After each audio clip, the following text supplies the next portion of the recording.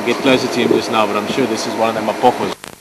I said earlier there's a chance of them being here. Ephraim radioed a little bit earlier. They've got a kill up in Buffelshoek. And he said the one was heading down this way for a drink.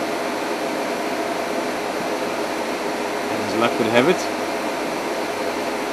we get you just at the right time. Let's see if Barrett takes us a bit closer.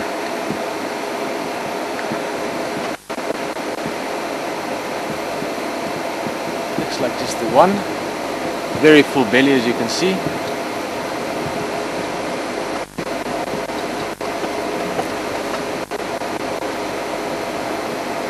Yeah, how awesome is that?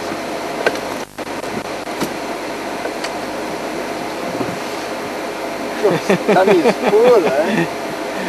Huge belly. Now lions can eat about 20% of their body weight if they're very hungry. It means a lion like this could have eaten 30-40 kilograms of meat. It's just scent marking there. You see him rubbing his face and his mane up against that bush. He's going to squirt a bit of urine probably as well. Just scent mark the area. It's a good prominent place, the waterhole. Let's follow him. So get that it's, infrared lights are rigged better now as well.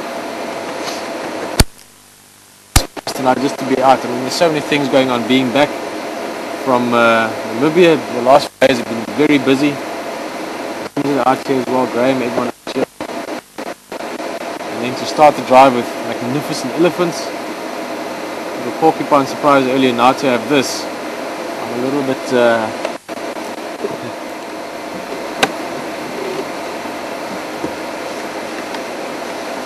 Go too much closer to him just because then we're going to close off the wall. At least now there's a little gap. If he does walk here, decides to walk past us, he'll walk right past us. For the moment that's a very good place where he's sitting. It's a little bit higher up. You feel the breeze a little bit, but also you can hear. You can listen, you can hear where the other Mapogo males might be, where they're roaring from. You could answer them as well. So it's a good place to communicate from, both in terms of hearing and also in terms of vocalizing. Big full belly. I'm sure he just drank about 10 or 20 liters of water as well just before we got here.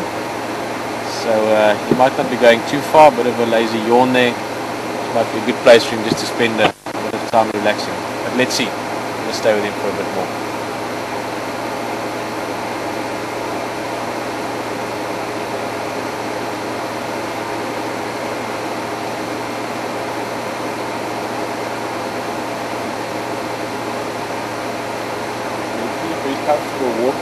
Oh no, he looked extremely uncomfortable.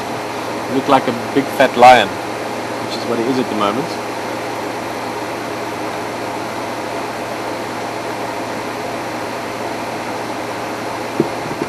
Feeding, he might have a bit of dried blood and dust and things like that still on the skin. Like other animals in general, and especially like other cats, lions do like to keep themselves very clean and neat. I'm going to look down towards the water. He looks, and again he's looking that direction, maybe just to listen. There again you can see looking sort of towards the south and the west. Oh, listen.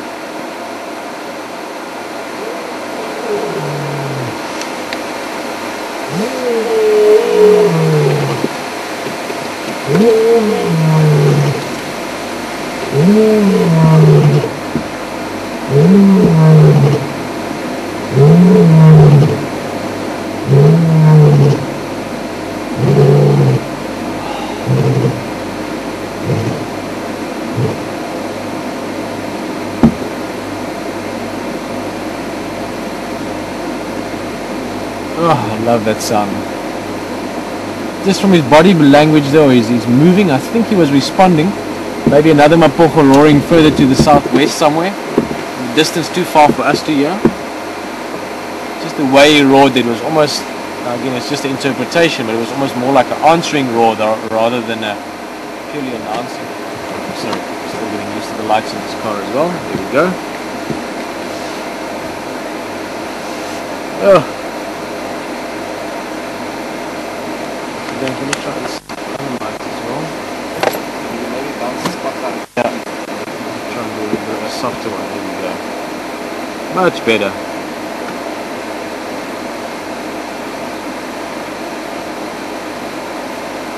Yeah. Once again, the surprise of this was just fantastic. I had a very small hope we might find a lion here. Just from what Ephraim said earlier, no more game drives in the area. But that's why nothing can be doing it like this. At that moment, when suddenly in the dark you hear a roar of a lion, or you see the glint of his eye through the bush,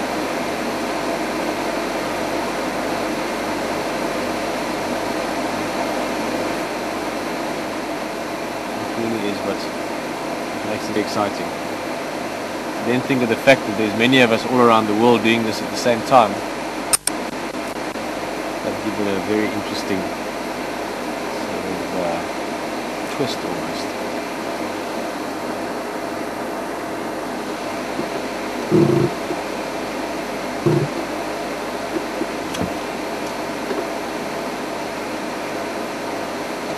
What a drive. I mean, just considering last few days, all the changes that have been happening, all the work that went in, literally from early morning to late evening. So for the patience from everyone out there waiting for the drive, it's very appreciated. It's always good to have people with understanding. And I'm sure those of you on drive with us tonight, those of you sitting with us right now, are enjoying this. This is King of the Beast. Roared already twice. I'm not sure. I've totally lost track of time tonight. I think it's, what's it now? Somewhere around 7:40 or 7:45 probably. But my point is that I think he's roared about twice in the last 8 minutes, 9 minutes. So it's a good time. He's obviously announcing and answering. So I'm hoping we might get a roar out of him just now.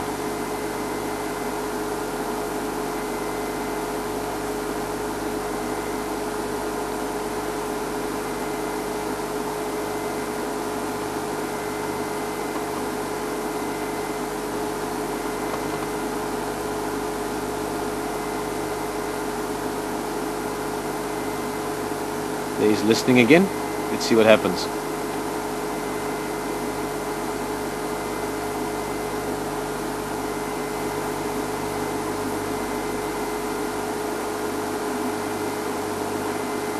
He can hardly walk. Sorry, James.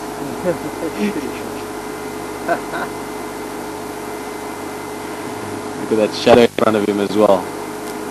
Awesome. He's wobbling. Oh. Interesting. It's something I've seen a few times before with lions called the Hamubs, actually.